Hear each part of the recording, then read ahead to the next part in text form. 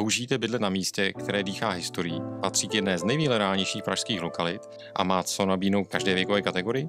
Jmenuji se Jan Novotný a dnes vám jedno takové místo ukážu. Moderní novostavba domu z roku 2004 je umístěna v ulici Neklanova přímo pod Vyšehradem.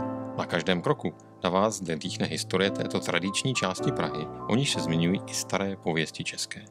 V okolí domu je v pěší vzdálenosti dostupné veškeré zázemí. Obchody, školy, restaurace, kavárny, divadla, lékařská zařízení i úřady.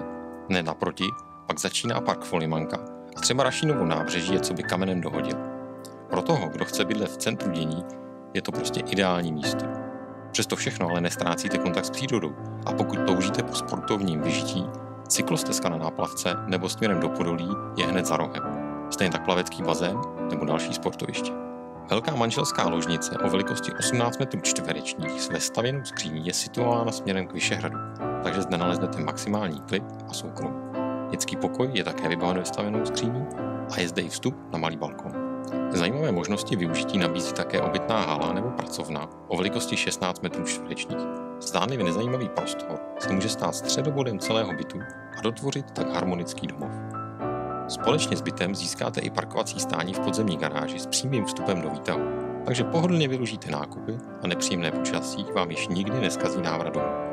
Tento byt zkrátka nabízí majiteli možnost prožít každý den jinak, ale pokaždé v duchu tradic bydlení ve městě, kde máte vše tak blízko, jak je to jen možné. A to je jeho největší výhoda.